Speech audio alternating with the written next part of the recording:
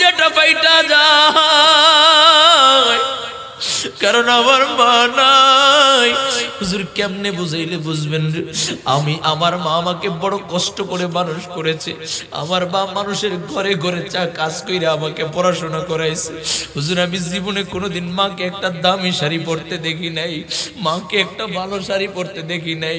আমি যখন চাকরি নিলাম নারায়ণগঞ্জে, আমি না চাকরি নিলাম, আমার মাকে আমি প্রথম মাসের বেতন দিয়া আমি আমার মায়ের জন্য একটা দামি শাড়ি কিনছি, কারণ আমি সন্তান জীবনে আমার মাকে দামি শাড়ি পরতে দেখি নাই। আমার মাকে আমি দামি শাড়ি পরাবো। আমি যখন দামি শাড়ি ক্রয় করলাম, আমার মায়ের জন্য আমি নিয়ে যাব, ঈদের ছুটিতে বাড়িতে যাব। হঠাৎ করে আমার বাড়ি থেকে আমার কাছে ফোন আসে। আমি ফোন রিসিভ করলে কে যেন আমার মায়ের মোবাইল দিয়ে অপর দিক দিয়ে কথা বলে, আর বলে তোমার মায়ের শরীরটা বেশি ভালো না। আমি পাগল পারা হয়ে গেলাম। আমি বাড়িতে গেলাম, বাড়িতে যাই দেখি আমার মাকে নিয়ে হসপিটালে চলে গেছে। আমি হসপিটালে গেলাম, দেখি আমার মা আমার দিকে তাকাইয়া, আমার মায়ের দুই চোখ বাইয়া বাইয়া অশ্রু ঝরে। আমার মা আমাকে কাছে ডাক দিল। আমি মায়ের পাশে বসলাম, মায়ের মাথাটা আমার কোলের ভিতরে বসাইলাম। দেখি আমার মায়ের চোখ বাইয়া বাইয়া অশ্রু ঝরে। আমি ডাক দিয়ে বললাম, মা কিছুই হবে না, তুমি কান্না করো না, টেনশন করো না। মা আমাকে ডাক দেয়া বলে, সন্তান বড় আশা ছিল, জিন্দেগি ভর তোর জন্য কষ্ট করেছি, তুই এতিম সন্তান। আমি যদি অন্যথায় বিবাহ বসি, তুই বাবাও নাই, তোর মাও পাবি না, তোর বড় কষ্ট হবে। এই জন্য আমি জীবনে অন্য কোথাও বিবাহ বসি নাই। আমি আমার বুকের ভিতরে তোকে আকলা রাখছিলাম রে সন্তান। সেই সুখটা বুঝি আর স্থায়ী হইল না। মনে করছিলাম তুই চাকরি পাইলে তোকে নিয়ে আমি তোর সাথে থাকবো, বড় আরামে থাকবো। আরে সন্তান, সেই সুযোগটা বুঝি আর হইল না। কয় হুজুর এক সপ্তাহের মাথায় আমার মা দুনিয়ার থেকে বিদায় নিয়ে যায়। ওই শাড়িটাকে আমি এখনো সারায় রাখছি। আমি আমার মাকে পড়াইতে পারি নাই। আমি আমার বাবাকে ছোটবেলায় হারাইছি, আমার মা আমার চোখের সামনে বিদায় নিয়েছে। ও কলেজার যুবক, যার মা নাই বাবা নাই, সে বোঝে মায়ের ব্যথা। এই যে আব্দুল খালেক প্রধান সাহেব দেখ কেমনে কান্দে, পুরো হয়ে গেছে, কিন্তু মায়ের কথা স্মরণ করে এখনো কেমনে কান্দে। এই যে আমাদের আমার ভাই চোখের ভিতরে পানি, এই মৌলানা আব্দুল আজিজ এখনো কেমনে কান্দে। ময়দানের ভিতরে তাকাইয়া দেখ এতিম সন্তানগুলো কেমনে কান্দে। নবী আমার ডাক দিয়া বলে, সাহাবায়ে কেরাম আমার মা নাই, আমার বাবা নাই।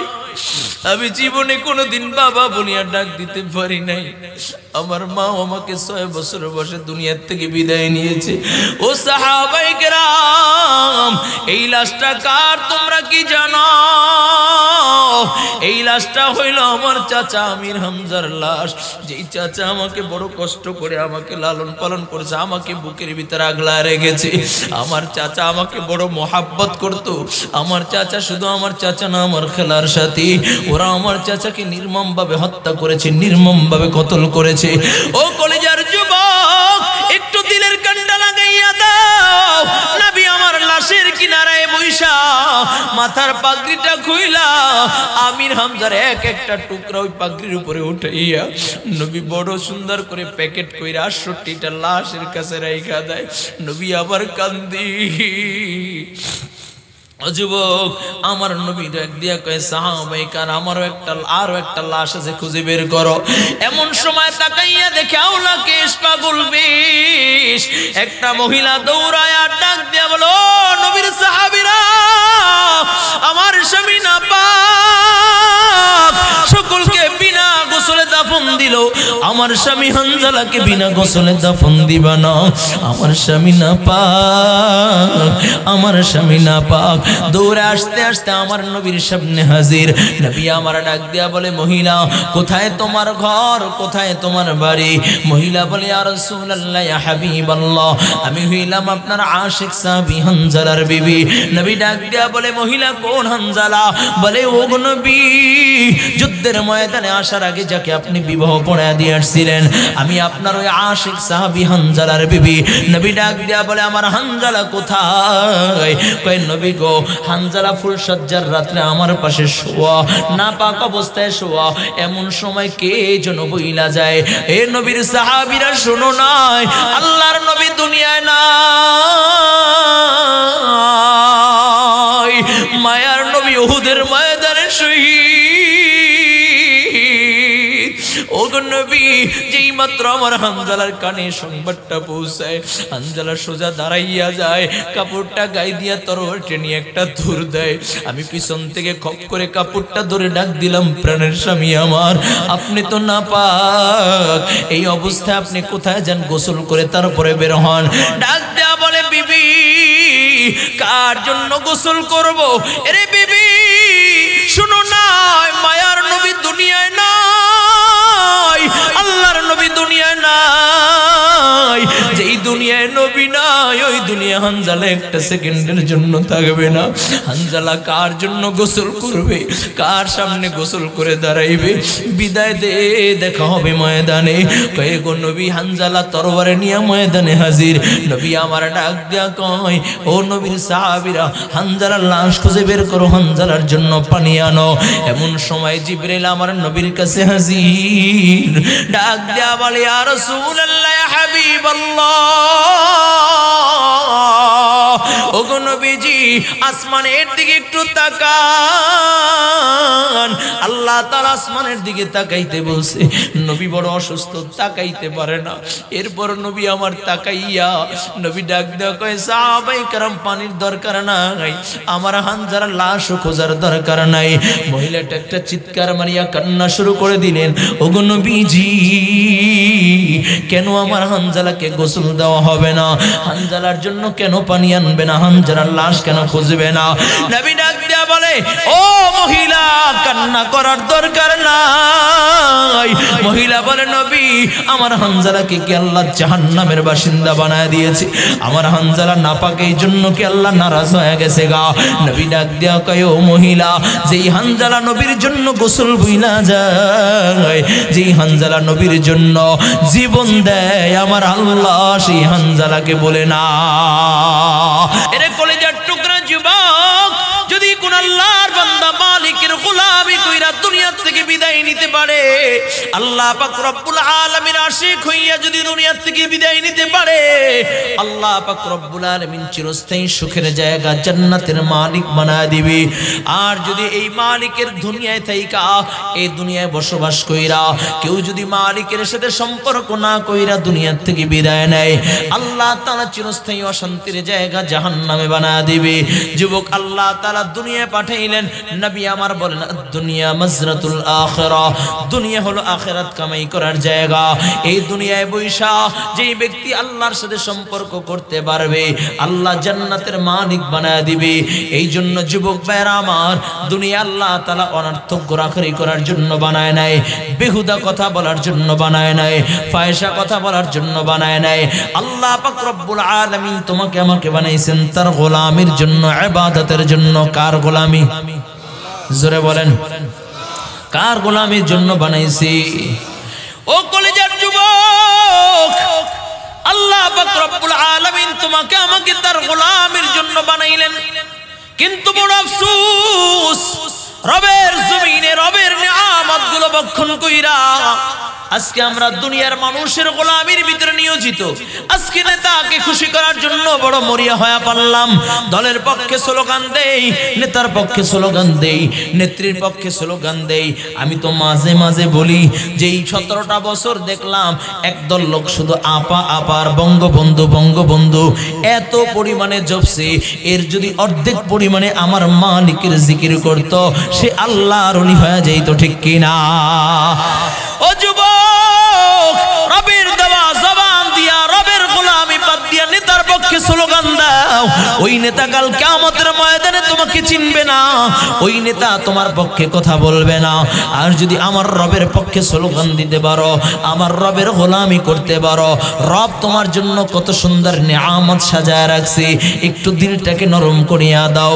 যদি দুনিয়ার থেকে ঈমান আমল মজবুত করে যাইতে পারো, রব বলে ইন্নাল্লাযীনা আমানু ওয়া আমিলুস সালিহাত কানাত লাহুম জান্নাতুল ফিরদাউসি নুজুলা।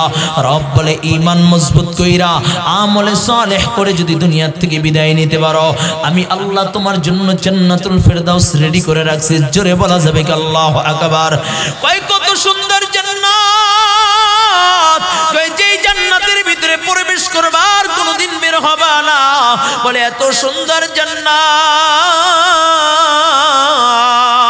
এরে যুবক, দিলটাকে একটু নরম করিয়া দাও। ঈমান আমল মজবুত করে যখন জান্নাতীরা জান্নাতে চলিয়া যাবে, জান্নাতের নাজ নিয়ামত পুরোর ভিতরে যখন বিভোর থাকবে, কয় কত সুন্দর জান্নাত, কয় যেই জান্নাতের বর্ণনা কোনো জবান কোনোদিন দিতে পারবে না। কয় এত সুন্দর জান্নাত, কয় যেই জান্নাতের সৌন্দর্য কোনো চক্ষু কোনোদিন জীবনে দেখে নাই। কয় এত সুন্দর জান্নাত, কয় যেই জান্নাতের বর্ণনা কোনো কান কোনোদিন শ্রবণ করে নাই।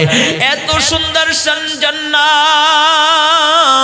যদি ঈমান আমল মজবুত করে জান্নাতে যাও, আল্লাহ তাআলা যে নাজ নিয়ামত গুলো দিবে, যখন জান্নাতীরা জান্নাতে চলিয়া যাবে, জান্নাতের নাজ নিয়ামতের ভিতরে বিভোর থাকবে। এমন সময় জান্নাতের ভিতরে একটা বৃক্ষ থাকবে, তুবা নামক বৃক্ষ। ওই বৃক্ষের ভিতরে কিছু চিকন চিকন পাতা থাকবে, ওই বৃক্ষের ভিতরে কিছু সোনালী রঙের পাখি থাকবে। বৃক্ষর যখন জান্নাতি হাওয়া চালু হবে, একটা পাতা যখন আর একটা পাতার সাথে লাগবে, মিউজিক সিস্টেমে সাউন্ড চালু হবে। যুবক, আজকের কথা বলতেছি, আজকে হলো 21শে ফেব্রুয়ারি, একটু পরে 22শে ফেব্রুয়ারি শুরু হয়ে যাবে। এই 21শে ফেব্রুয়ারি বলে আমার দেশের জন্য যাদের বড় অবদান ছিল, যারা এ দেশের জন্য কোরবানি করেছে, রক্ত দিয়েছে, জীবন দিয়েছে, তাদের শ্রদ্ধা দিয়া বলে তাদের এই স্মৃতিসৌধে ফুল দেয়, বিভিন্ন জায়গায় দোয়া করে, বিভিন্ন জায়গায় গান বাজায়া তাদের নামে কনসার্ট করে। আজকের ঘটনা, আমি যখন জুমার পূর্বে যখন বের হইতেছিলাম, বলে এই 21শে ফেব্রুয়ারি পালন করতে গিয়া কিছু আল্লাহর বান্দা যুবক মানুষ, মুসলমানের সন্তান, এত জোরে বিকট আওয়াজ, গান বাজনার আওয়াজ, বলে এত বিকট আওয়াজ, মনে এত আওয়াজ আমার শরীরে কাঁপতেছিল, মনে হয় যেন জমিনে পইরা যাব। আমি বড় আশ্চর্য হয়ে গেলাম, এই জমিনেই তো 2 দিন পর তোর অন্ধকার কবরে কাপড়ের কাপড় উপরে ঢুকতে হবে।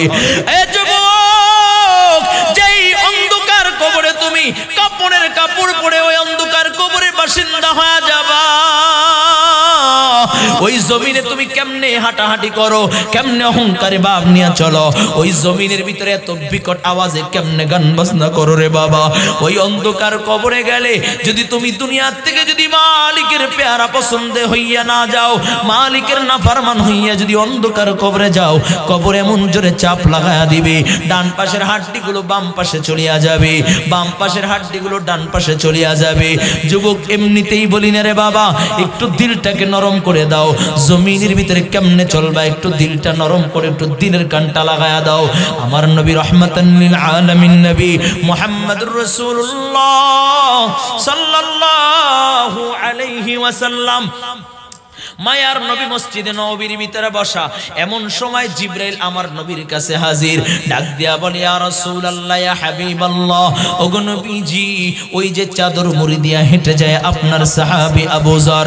নবী আমার ডাক দিয়া কয়, জিবরাইল, আবু যরকে কেমনে চিনলা, কিভাবে আবু যরের সাথে পরিচয়?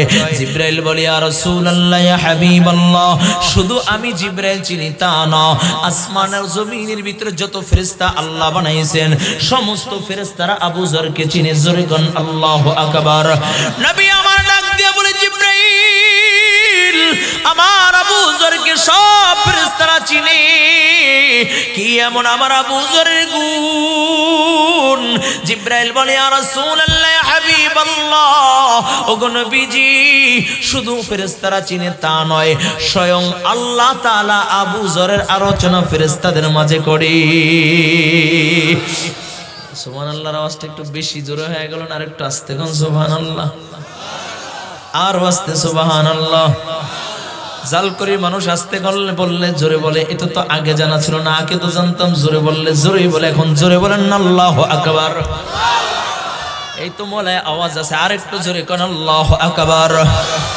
নবী আমার ডাক দিয়ে বলে, জিবরাইল, আবু যরের কি এমন গুণ যেই গুণের কারণে স্বয়ং আল্লাহ আমার আবু যরের আলোচনা ফেরেশতাদের মাঝে করে? জিবরাইল বলে, ইয়া রাসূলুল্লাহ, ইয়া হাবিবাল্লাহ,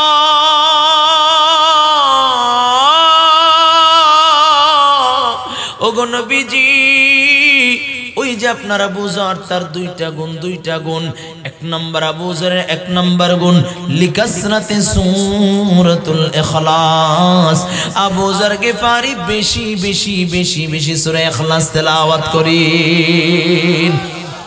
কি কোন সূরা পারেননি? তাহলে একটু পড়েন, কুল হুয়াল্লাহু আহাদ আল্লাহুস সামাদ লাম ইয়ালিদ ওয়া লাম ইউলাদ ওয়া লাম ইয়াকুল লাহু কুফুয়ান আহাদ। কুল হুয়াল্লাহু আহাদ আল্লাহুস সামাদ লাম ইয়ালিদ ওয়া লাম ইউলাদ ওয়া লাম ইয়াকুল লাহু কুফুয়ান আহাদ।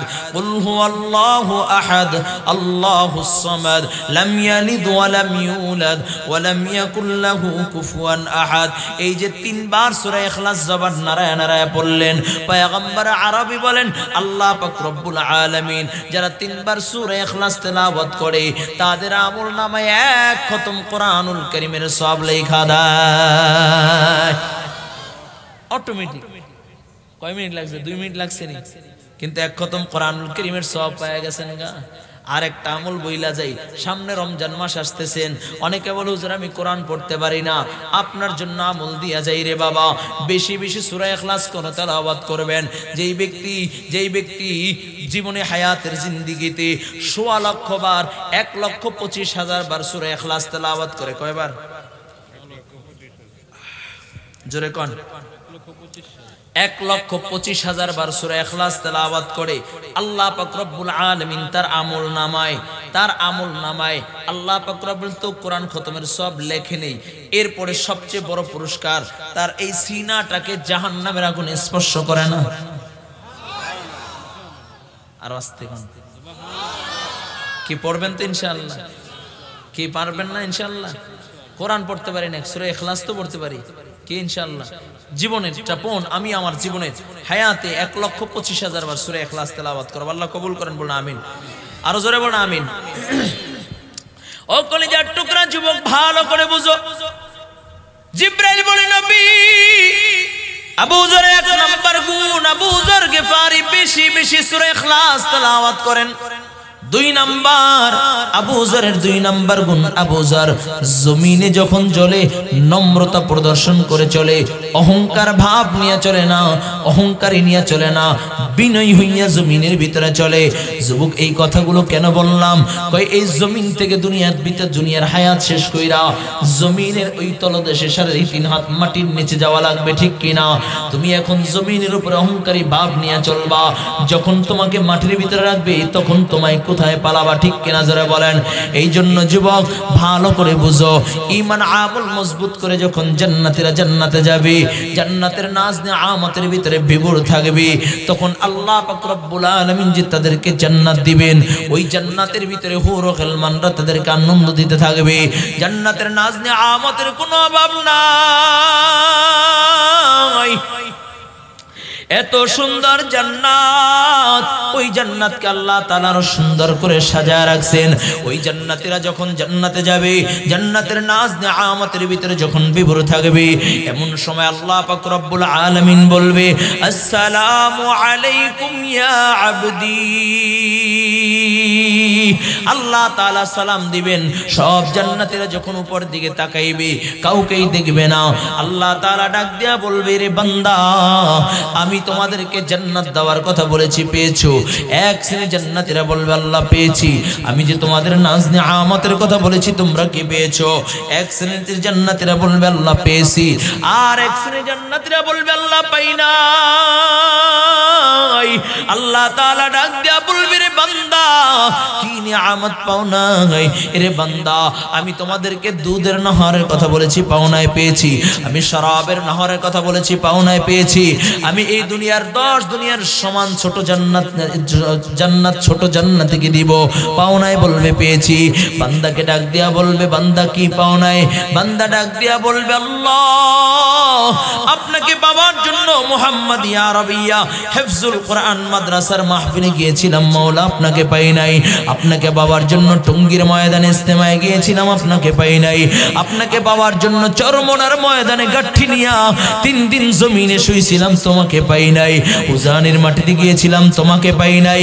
কিন্তু মাওলা উলামায়ে কেরামের সোহবতে যখন গিয়েছি, মাহফিলে যখন গিয়েছি, উলামায়ে কেরাম বলেছি ঈমান মজবুত কইরা আমলে সালেহ কইরা জান্নাতে গেলে তোমার সাথে দিদার হবে। আয় আল্লাহ, ঈমান আমল মজবুত কইরা জান্নাতে এসেছি। আয় আল্লাহ, এখন পর্যন্ত তোমার দিদার পাই নাই। হুর পাইলাম, গিলমান পাইলাম, শরাবের নহর পাইলাম, দুধের নহর পাইলাম, এই দুনিয়ার 10 দুনিয়ার সমান জান্নাত পাইলাম, কিন্তু মাওলা এখনো তোমার দিদার পাই নাই। সাথে সাথে আমার মালিক আল্লাহ 70,000 পর্দা থেকে একটা পর্দা উঠাইয়া দিবে। চিল্লায়া বল আল্লাহু আকবার। সাথে সাথে মানুষগুলো আমার রবের দিকে তাকাইয়া অজ্ঞান অবস্থায় জমিনের ভিতরে পড়িয়া যাবে। মানুষগুলোর কোনো হুঁশ থাকবে না। আল্লাহ পাক রব্বুল আলামিন ডাক দিয়া বলবে, রে বান্দা, কই আমাকে না দেখবা? কই একটাবার তো আমাকে দেখলা না? অজ্ঞান অবস্থায় কেন জমিনের ভিতরে পড়িয়া গেল? বান্দা ডাক দিয়া বলবে, মালিক তোমার নূর এত শক্ত নূর, এই চক্ষু দিয়া বরদাস্ত হয় না। আয় আল্লাহ, এই চক্ষু দিয়ে তোমার নূর সহ্য করতে পারি না। আল্লাহ তাআলা দাওয়াত দিবেন, এরে বান্দা আমার নূর হলো 2 প্রকার, একটা নূরে জালালি আর একটা নূরে জামালি। আমি নূরে জালালি নিয়ে তোমাদের সামনে উপস্থিত হইলাম। আমি আল্লাহ দাওয়াত দিলাম, নূরে জামালি নিয়ে আমি আল্লাহ তোমাদের সামনে হাজির হয়ে যাব। ও কলিজার যুবক, আল্লাহ পাক রব্বুল আলামিন দাওয়াত দিবেন, মালিক দাওয়াত দিবেন। মালিকের দাওয়াত কবুল করার জন্য কে কে রাজি আছে? আল্লাহু আকবার। আল্লাহ কবুল করিয়া নাও, বলুন আমিন। আরো জোরে বলুন আমিন। মালিক দাওয়াত দিবেন। মালিক যে দাওয়াত দিবেন, দাওয়াত দেওয়ার পরে বিশাল বড় প্যান্ডেল করবে, বিশাল বড় স্টেজ করবে। কয় প্যান্ডেল কেমন হবে? কয় স্টেজের ধারণা নিলেই বোঝা যায় প্যান্ডেল কেমন হবে। কয় স্টেজটা হবে আদম সফিউল্লাহ থেকে নিয়া ঈসা রুহুল্লাহ পর্যন্ত প্রত্যেক নবীর জন্য আল্লাহ তাআলা স্পেশাল স্পেশাল নাম খোদাই করে করে আল্লাহ তাআলা একটা চেয়ার বানায় রাখবেন। মুতির এরকম দামি দামি দামি দামি চেয়ার বানায় রাখবেন।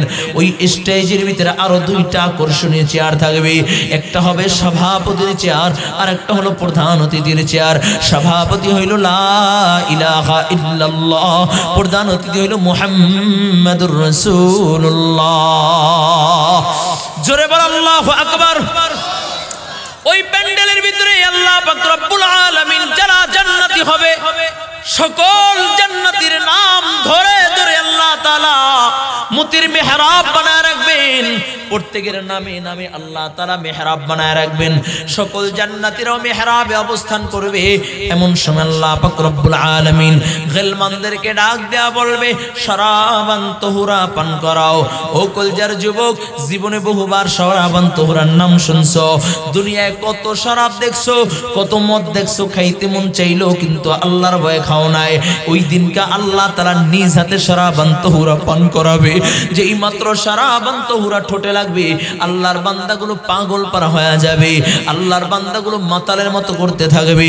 এমন সময় আল্লাহ পাক রব্বুল আলামিন ওই মজমাকে আরো আকর্ষণীয় করার জন্য আল্লাহ তাআলা ডাক দিবে। আল্লাহ তাআলা ডাক দিবে, দাউদ, দুনিয়ার জমিন আমি যত মাখলুকাত সৃষ্টি করেছি তোমার মতো এত সুন্দর কণ্ঠ আমি আল্লাহ কাউকে দেই নাই। তোমার কণ্ঠের মতো এত মজা কণ্ঠ আর কেউকে দেই নাই। ও দাউদ, তুমি জবুর কিতাব তেলাওয়াত করলে আসমানের উড়ন্ত পাখিগুলো থামিয়া যাইত তোমার তেলাওয়াত শোনার জন্য। দাউদ, তুমি যখন জবুর কিতাব তেলাওয়াত করতা, বলে সমুদ্রের মাছ কিনারা এসে যাইত তোমার তেলাওয়াত শোনার জন্য। এরে দাউদ, আজকে একটু তুমি আমার বন্ধুর উম্মতগুলোর কলিজা ঠান্ডা কইরা দাও। তোমার তেলাওয়াত আমার বন্ধুর উম্মতগুলো শুনে নাই। যেই মাত্র আল্লাহ তাআলা দাউদ আলাইহিস সালাতু ওয়াস সালামকে তেলাওয়াত করার জন্য বলবে, দাউদ আলাইহিস সালাতু ওয়াস সালাম সাথে সাথে পুরো 30 পারা কোরআনের হাফেজ হয়ে যাবে। জোরে বলুন সুবহানাল্লাহ। দাউদ আলাইহিস সালাতু ওয়াস সালাম সূরা তাহা তেলাওয়াত করবেন। ও কলজার যুবক ভালো করে বুঝো, এক কণ্ঠ দিয়া 80 রকমের আওয়াজ বের হইবে। আল্লাহু আকবার। আর জোরে বল আল্লাহু আকবার। প্রশ্ন হইতে পারে হুজুর এটাও কি সম্ভব? ওই দেন উত্তরবঙ্গে একটা বক্তা আছে, মিজানুর রহমান আজারি, হাফিজুর রহমান সিদ্দিক, ইলিয়াসুর রহমান জিহাদি, বড় বড় বক্তা সবার কণ্ঠ নকল করে। একদিন কইতে আমারটা করস দি, কই দি আমারটা কইরা লাইছে। তাহলে মানুষ যদি পারে তা আল্লাহর হুকুমে দাউদ কি পারবে না? দাউদের 80 রকমের কণ্ঠের আওয়াজ বের হইতে থাকবে। এমন সময় আল্লাহ তাআলা ডাক দিয়া বলবে, দাউদ তেলাওয়াত বন্ধ করো। আমার কোরআনের জন্য তুমি তায়েফের ময়দানে রক্ত ঝরাও নাই। আমার কোরআনের জন্য মা বাবার বসত ভিটা ছেইরা মক্কা থেকে হিজরত করে মদিনায় তুমি যাও নাই। আমার কোরআনের জন্য তুমি কষ্ট করো নাই। আমার কোরআনের জন্য আমার হাবিব রক্ত ঝরাইছে। আল্লাহ তাআলা ডাক দিয়া বলবে, হাবিব আমি আপনার উপরে কোরআন নাজিল করেছি। এই কোরআনী হুকুমতকে বাস্তবায়ন করতে যে কত মায়ের খেয়েছেন। আপনার জবানের তেলাওয়াত আপনার আখির জামানের উম্মতগুলো শুনে নাই। আজকে একটু আপনি তেলাওয়াত কইরা আপনার উম্মতগুলোর কলিজাটা ঠান্ডা করে দেন। নবী ডাক দিয়া বলবে, আল্লাহ কোরআনের জন্য কত কষ্ট করেছি। ও যুবক একটু দিলটা নরম করে দাও। এখন একটু কান্না করবা, চোখের পানি ছেঁড়া ছেঁড়া কান্না করবা রে বাবা। আমার নবী কোরআনের জন্য কত কষ্ট করেছি। ওহুদের ময়দানে যখন আমার নবী হাজির, ওহুদের ময়দানে আমার নবীকে কাফেররা একের পর এক আঘাত করতেছে, একের পর এক আঘাত করতেছে। আঘাত করতে করতে করতে করতে হঠাৎ করে এত জোরে আঘাত করে দেয়, আমার নবীর মাথার লোহার হেলমেটটা ভাঙা, মাথার ভিতর দিয়ে লোহার আংটা ঢুইকা যায়, নবীর চুয়াল দিয়ে বের হইয়া যায়। ও যুবক আরো জোরে আমার নবীকে এত জোরে আঘাত করে দেয়, নবীর দুইটা দাঁত ভাঙা নবী আবার ওহুদের গুহায় পড়িয়া যায়। নবী যখন ওহুদের গুহায় পড়িয়া যায়, কাফেররা ছড়াইয়া দেয়, কাদ কুতিলা মুহাম্মদ। আল্লাহর নবী দুনিয়ায় নাই, মায়ার নবী দুনিয়ায় নাই। ও কলিজার যুবক, যেই মাত্র আমার নবীর ইন্তেকালের সংবাদ ওহুদের ময়দানে ছড়ায়, সাহাবায়ে কেরাম ডাক দেয়া বলে, নবীর সাহাবীরা কার জন্য বেঁচে থাকবা? যেই দুনিয়ায় নবী নাই ওই দুনিয়ায় বেঁচে থাকার কোনো দরকার নাই। সাহাবায়ে কেরাম পাগল পারা হইয়া যায়। হযরত আলী বলেন, আমি একবার যারা শহীদ হয়েছে তাদের কাছে গেলাম, যে দেখি রহমাতান লিল আলামিন নাই। আবার যারা হাত অবস্থায় আছে তাদের কাছে গেলাম, যে দেখি আল্লাহর নবী নাই। হযরত আলী বলেন, আমি সিজদায় পড়ে ডাক দিলাম, মালিক আয় আল্লাহ, তুমি তোমার বন্ধুকে ঈসা নবীর মতো আসমানে উঠাইয়া নিও না। এমন সময় কি যেন আমার কানের সাথে মুখটা লাগাইয়া বলে, আলী নবী মরে নাই। আলী বলে, আমি একটা দূর দিলাম, যা দেখি আল্লাহর নবী রাহমাতাল লিল আলামিন নবী ওহুদের ময়দানে তাকাইয়া দেখ। হাতটা বাহির করে বলে, আলী তাকাইয়া দেখ, ওরা আমার দুইটা দাঁত ভেঙে দিয়েছে রে আলী। তাকাইয়া দেখ, আমার দুইটা দাঁত নাই, ওরা আমার দাঁত ভেঙে দিয়েছে। ওলি তাকাইয়া দেখ, আমার মাথার ভিতরে লোহার আংটা ঢুকে গেছে। বড় যন্ত্রণা করে আলী পারবানি লোহার আংটাটা বের করে দিতে। হযরত আলী বলেন, আমি নবীকে শক্ত করে ধরলাম। এমন সময় একজন সাহাবী ডাক দেয়া বলে, আলী তুমি নবীকে শক্ত করে ধরো, আমি নবীর লোহার আংটাটা বের করে দিই। এই বলিয়া সাহাবী যখন লোহার আংটাটা দাঁত দিয়া কামড় দিয়া টান দেয়, এত মজবুত করে আমার নবীর মাথার ভিতরে গেঁথে যায়, লোহার আংটা বের হয় না। সাহাবীর দুইটা দাঁত ভেঙে যায়। আবার যখন কামড় দিয়ে টান দেয়, আরো দুইটা দাঁত ভেঙে যায়। ও কলেজের যুবক, নবীর সাহাবীরা ডাক দিয়ে বলে, সাহাবী পাগলামি কইরো না, পাগলামি কইরো না, আমরা নবীর লোহার আংটা বের করে দেই।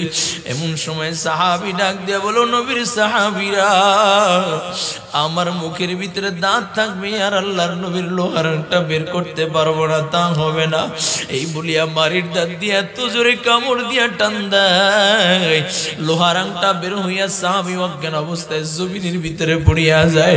ও যুবক, নবী আমার বড় দুর্বল, যেই নবীর গায়ে মশা মাছি পর্যন্ত পড়া হারাম, ওই নবীর গায়ে পুরো শরীরটা রক্তে রঞ্জিত হইয়া যায়। নবী আমার দাঁড়াইতে পারেন না, দুইজন সাহাবীর কাঁধের উপরে ভর করে নবী আমার দাঁড়ায়। নবী বড় দুর্বল, নবী আমার হাঁটতে পারে না, নবীর বড় কষ্ট হয়। এমন সময় নবী আমার ডাক দেয়া কয়, সাহাবায়ে কেরাম, এই উহুদের ময়দানে যারা শহীদ হয়েছে বিনা গোসলে দাফন দিবা, কারকে গোসল দিবা না, এই অবস্থায় তারা কাল কিয়ামতের ময়দানে দাঁড়াইবে, অঙ্গ প্রত্যঙ্গবিহীন দাঁড়াইবে, প্রত্যেকটা রক্তের ফোঁটা থেকে মিশকা আম্বরের ঘ্রাণ বের হইতে থাকবে। সব লাশগুলোকে একত্রিত করো। সাহাবায়ে কেরাম সব লাশগুলোকে যখন একত্রিত করলেন, তাকাইয়া দেখে, গুইনা দেখে 68টা লাশ দেখা যায়।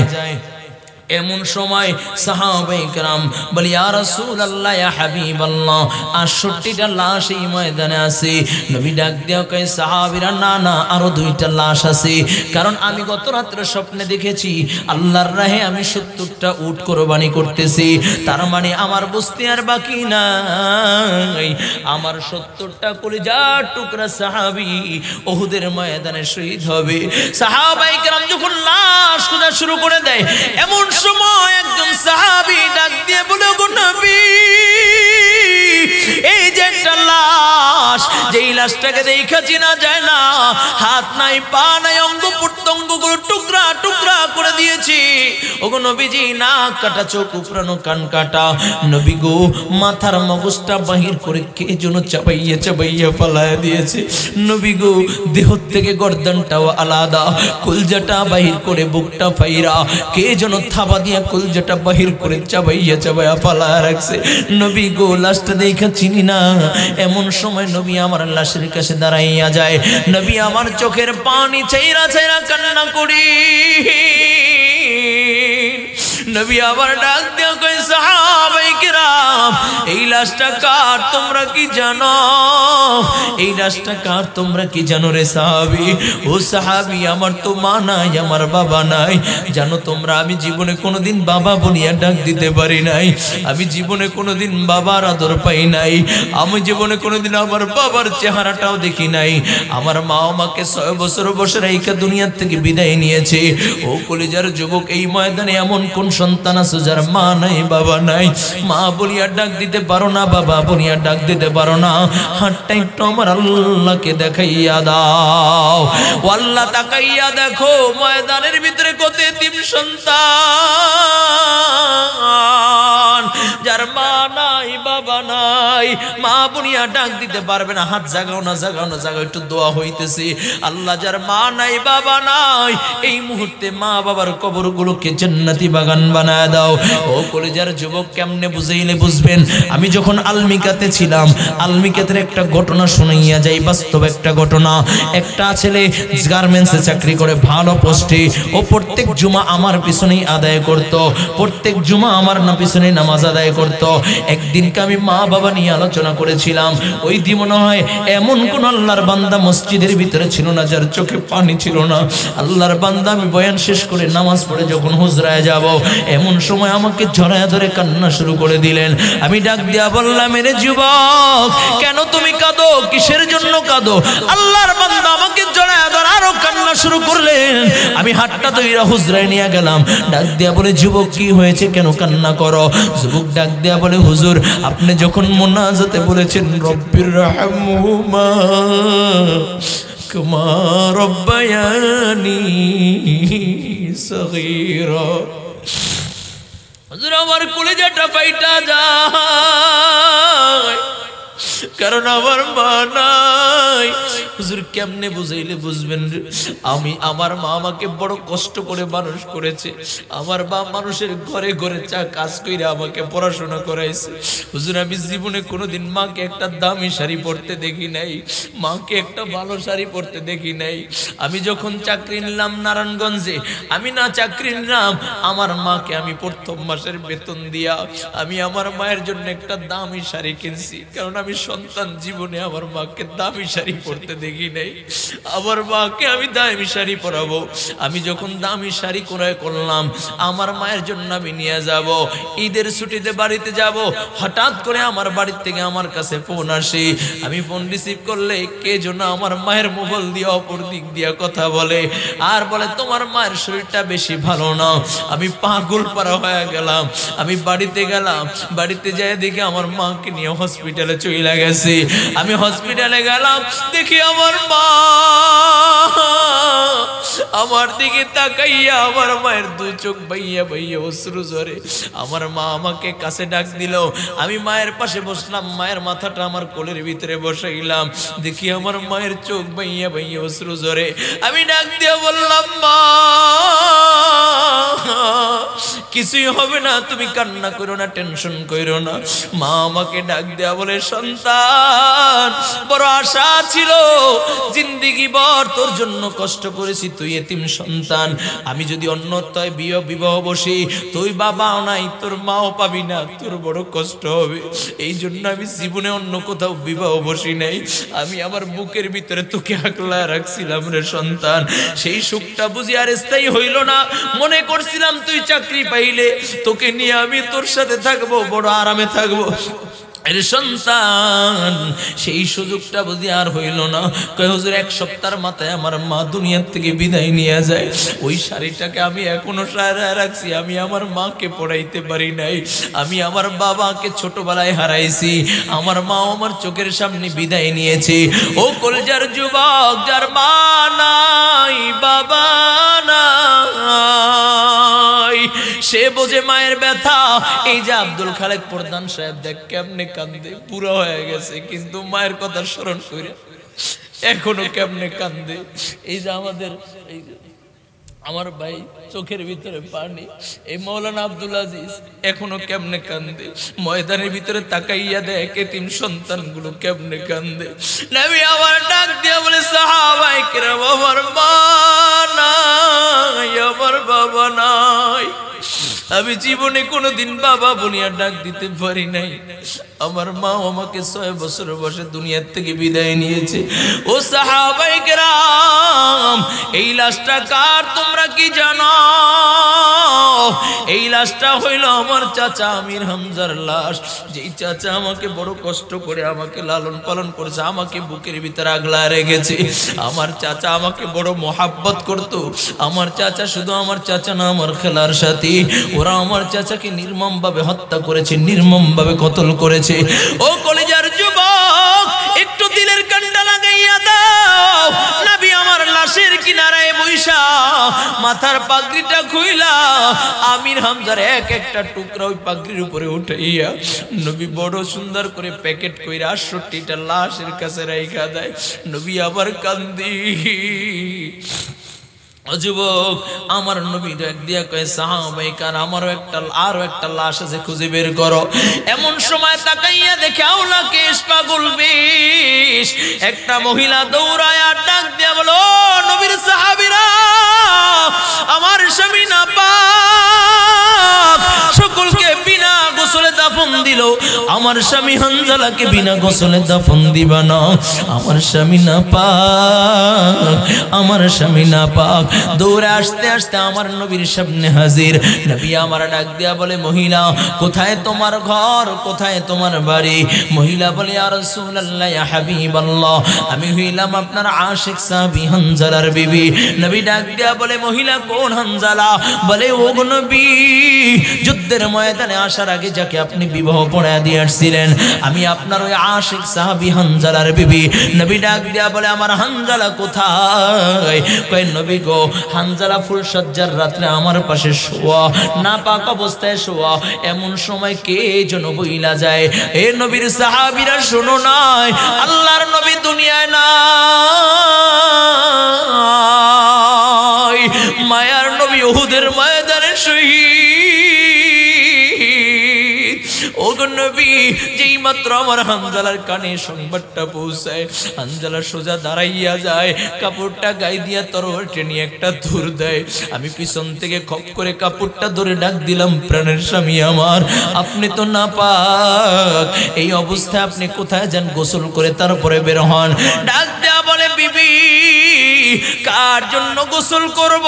এরে বিবি শুনো না, মায়ার নবী দুনিয়ায় নাই, আল্লাহর নবী দুনিয়ায় নাই। যেই দুনিয়ায় নবী নাই, ওই দুনিয়া হানজালা একটা সেকেন্ডের জন্য থাকবে না। হানজালা কার জন্য গোসল করবে? কার সামনে গোসল করে দাঁড়াইবে? বিদায় দে, দেখা হবে ময়দানে। কয়ে গো নবী, হানজালা তরবারে নিয়ে ময়দানে হাজির। নবী আমার ডাক দেয়া কয়, ও নবীর সাহাবীরা, হানজালার লাশ খুঁজে বের করো, হানজালার জন্য পানি আনো। এমন সময় জিবরাইল আমার নবীর কাছে হাজির। ডাক দেয়া বলে, ইয়া রাসূলুল্লাহ, ইয়া হাবিবাল্লাহ, ওগো নবীজি, আসমানের দিকে একটু তাকান। আল্লাহ তাআলা আসমানের দিকে তাকাইতে বলছে। নবী বড় অসুস্থ, তাকাইতে পারে না। এরপর নবী আমার তাকাইয়া নবী ডাক দেয়া কয়, সাহাবায়ে কেরাম, পানির দরকার নাই, আমার হানজালার লাশ খোঁজার দরকার নাই। মহিলাটা একটা চিৎকার মারিয়া কান্না শুরু করে দিলেন, ওগো নবীজি, কেন আমার হানজালাকে গোসল দেওয়া হবে না? হানজালার জন্য কেন পানি আনবে না? হানজালার লাশ কেন খুঁজবে না? নবী ডাক দিয়া বলে, ও মহিলা, কান্না করার দরকার নাই। মহিলা বলে, নবী, আমার হানজালাকে কি আল্লাহ জাহান্নামের বাসিন্দা বানায় দিয়েছে? আমার হানজালা নাপাক, এই জন্য কি আল্লাহ নারাজ হয়ে গেছে গা? নবী ডাক দিয়া কয়, ও মহিলা, যেই হানজালা নবীর জন্য গোসল বুইলা যায়, যেই হানজালা নবীর জন্য জীবন দেয়, আমার আল্লাহ সেই হানজালাকে বলে না। আল্লাহু আকবার। ও কলিজার টুকরা যুবক, নবী ডাক দিয়া কয়, সাহাবায়ে কেরাম, আমার হানজালার লাশ দুনিয়ায় নাই। হানজালার লাশ আসমানে উঠাইয়া আল্লাহ তাআলা জান্নাতে পানি দিয়া আমার হানজালাকে আল্লাহ তাআলা নিজে নিজে নেতৃত্বে ফেরেশতাদেরকে দিয়া গোসল করা দিয়েছে। ও কলিজার যুবক, নবীর জন্য যদি হানজালা জীবন দিয়া দুনিয়ায় থাকতে যদি জান্নাতে পানি দিয়া গোসল হইয়া যায়, নবীর জন্য সাহাবায়ে কেরাম জীবন দেয়, নবীর জন্য সাহাবায়ে কেরাম জীবন দেয়, নবীর জন্য হানজালা জীবন দেয়, নবীর জন্য নবীর হানজালা জীবন দেয়, আমির হামজা জীবন দেয়। ও কলেজের যুবক, এই ময়দানে যদি নবীর কাছে আশিক চাই, এই মুহূর্তে যদি ডাক দেই, নবীর জন্য জীবনটা দিতে পারবা এমন যুবককে কে? আল্লাহু আকবার। আল্লাহ কবুল করিয়া নাও, আল্লাহ কবুল করিয়া নাও। বলুন আমিন, আমিন, আমিন। যুবক কবুল করো, আল্লাহ কবুল করেন। আমি জানি আলমিকাতে থাকতেও অনেক আল্লাহর বান্দা আমাকে মোহাব্বত করতা। আজকে এই ময়দানে একটা যুবক সোজা দাঁড়াইয়া যাবা, আমার নবীর মোহাব্বত বুকে নিয়া জীবন যাক আর থাক, আর জীবনে কোনোদিন দাড়ি কাটবা না, আমার নবীর কলজার ভিতরে আঘাত দিবা না। একটা যুবককে আসো, একটু লাফ দিয়া দাঁড়াইয়া যাও তো, আমার হাতের ভিতরে হাতটা লাগাইয়া একটা দৌড় দাও, দৌড় দাও। আরে দৌড় দেন এদিকে, আয় রে যুবক আয়, আমার নবীর মোহাব্বতে। ও মালিক, শাবান মাস চলতেছে, রমজানের আগ মুহূর্তে কিছু যুবক আল্লাহ দাঁড়ায় গেছে গা। আর কি যুবক নাই এই ময়দানে? একটু দাঁড়াইয়া যা আমার নবীর মোহাব্বতে। ও আল্লাহ, তাকাইয়া দেখো, ওদের চোখের ভিতরে পানি, ওরা তোমার নবীর মোহাব্বতে চোখের পানি ছাইরা দিয়েছে। আল্লাহ, ওরা তোমার নবীর মোহাব্বতে চোখের পানি ছাইরা দিয়েছে। আল্লাহ, ওরা নিয়ত করছে আর কোনো দিন দাড়ি কাটবে না। আল্লাহ, ওরা আর কোনো দিন দাড়ি কাটবে না। আল্লাহ, ওরা আর কোনো দিন দাড়ি কাটবে না। আল্লাহ, ছোট ছোট বাচ্চারা আল্লাহ নিয়াত করছে আর দাড়ি কাটবে না, ওদেরকে তোমার নবীর সচ্চা আশিক বানাইয়া দাও। আল্লাহ তোমার নবীর সচ্চা আশিক বানাইয়া দাও। আল্লাহ তাকাইয়া দেখো ওদের মাও মরে নাই, বাবাও মরে নাই, কিন্তু তোমার নবীর মোহাব্বতে চোখের পানি চাইরা দিয়েছে। আল্লাহ তুমি কবুল করে নাও, বলুন আমিন। আরো জোরে বলুন আমিন।